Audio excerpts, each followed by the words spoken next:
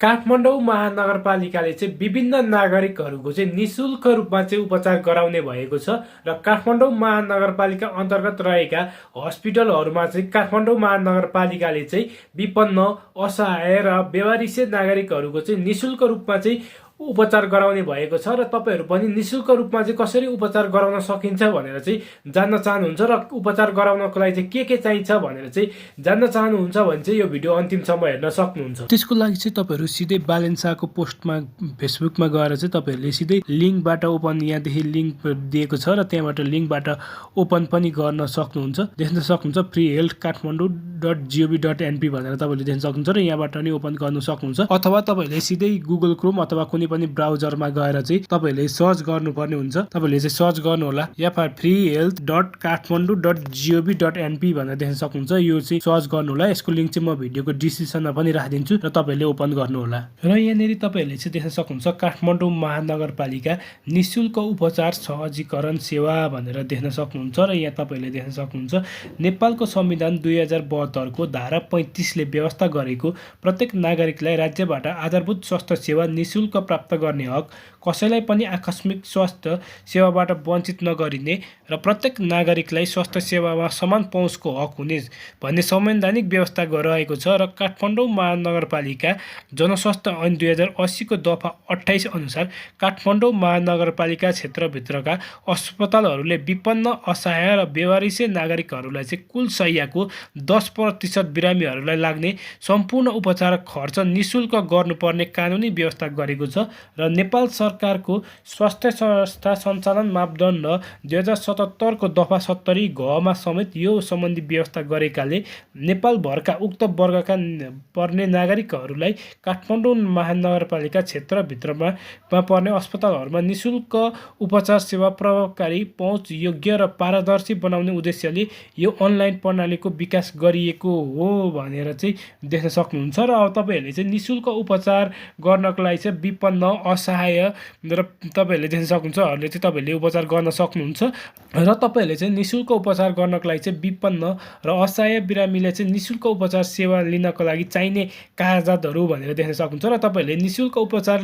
गर्नको लागि चाहिने कागजातहरू चाहिँ के रहेको छ भने यहाँनेर एक नम्बरमा देख्न सक्नुहुन्छ। तपाईहरुले चाहिँ नेपाल सरकार, प्रदेश सरकार र स्थानीय सरकारले लक्षित वर्ग भनी जारी गरेको कागज अथवा परिचय पत्र अथवा तपाईहरुले चाहिँ राष्ट्रिय परिचय पत्र, नेपाली नागरिकताको प्रमाणपत्र, जन्मदाताको प्रतिलिपि र हालसालै खिचिएको फोटो चाहिन्छ। त्यसैगरी तपाईहरुले देख्न सक्नुहुन्छ रोग पहिचान र सोको कागजपत्र र अनुसूची 5 को आधारमा सम्बन्धित स्थानीय तहको वडाले लक्षित वर्ग हो भनी अनुसूची 4 को अनुसारको सरजिमिन गरेको कागज र सम्बन्धित स्थानीय तहको वडा कार्यालयले उपचारको लागि अनुसूची 3 अनुसारको सिफारिस गरेको पत्र चाहिन्छ भनेर भनिएको छ र यति भयो भने चाहिँ तपाईले निशुल्क उपचार गर्न सक्नुहुन्छ र तपाईले चाहिँ बेवारिसे बिरामीको निशुल्क उपचार सेवा लिनको लागि चाहिँ चाहिने कागजातहरू भनेको छ र आकस्मिक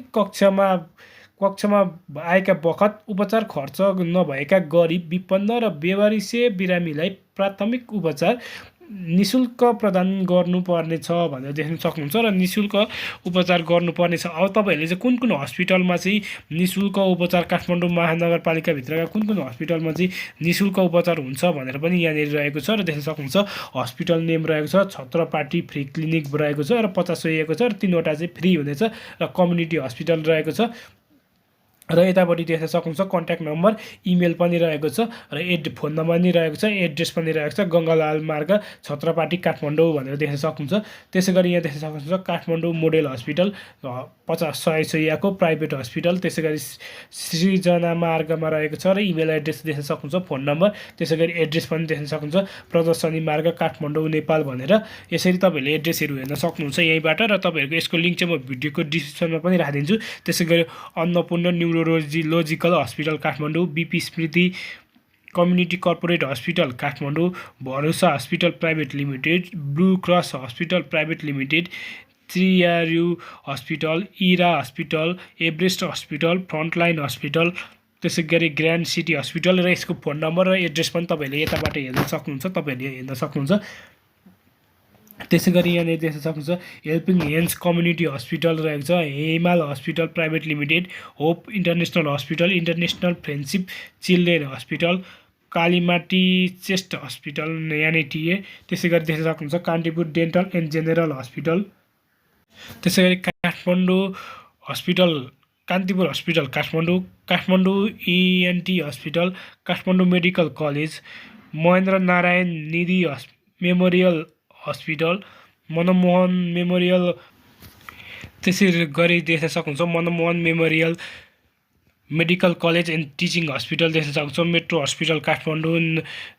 national kidney centre, Nepal eye hospital, Nepal national hospital, नेब्रिक international hospital, Om hospital and research centre, Om Sai Baba memorial hospital. र तपाईँले यहाँनिर अरू हस्पिटल पनि देख्न सक्नुहुन्छ, धेरैवटा हस्पिटलहरू रहेको छ र तपाईँहरूले यो हेर्न सक्नुहुन्छ र लोकेसन पनि हेर्न सक्नुहुन्छ। यसरी धेरैवटा हस्पिटल रहेका छन् र अहिलेसम्म यतिवटा हस्पिटलहरू चाहिँ अपडेट भएका छन् र तपाईँहरूले यी हस्पिटलहरूबाट निःशुल्क रूपमा चाहिँ उपचार गर्न सक्नुहुन्छ। र केही समस्या भएमा कमेन्ट बक्समा कमेन्ट गर्नुहोला साथीहरू। आजको भिडियो चाहिँ यति नै रहेको छ। धन्यवाद।